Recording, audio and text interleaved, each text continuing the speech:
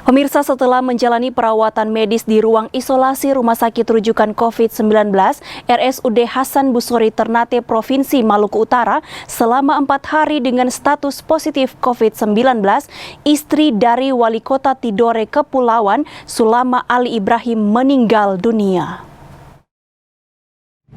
Istri Wali Kota Tidore Kepulauan Provinsi Maluku Utara, Sulama Ali Ibrahim, meninggal dunia pada Minggu malam pukul 22.30 waktu Indonesia Timur di ruang isolasi Rumah Sakit Rujukan COVID-19 RSUD Hasan Busori Ternate.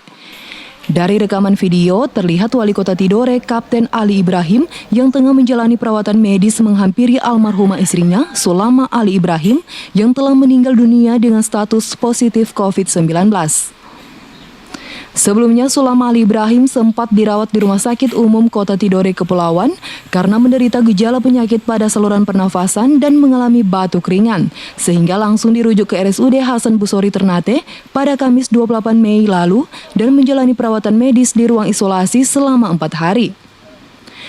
Selanjutnya pada Jumat 29 Mei kemarin, istri dari Wali Kota Tidore Kepulauan itu dinyatakan terkonfirmasi positif COVID-19 karena almarhumah terjadi kontak erat dan tertular dari suaminya Wali Kota Tidore Kepulauan Kapten Ali Ibrahim yang sebelumnya sudah dinyatakan terkonfirmasi positif COVID-19.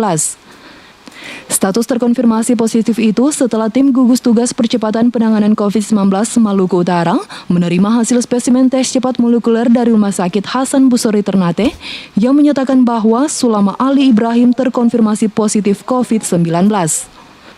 Jenazah almarhumah telah dibawa ke Kota Tidore Kepulauan sesuai permintaan pihak keluarga dan telah dimakamkan dengan protokol COVID. Marwan Pakaya melaporkan untuk Kawanua TV.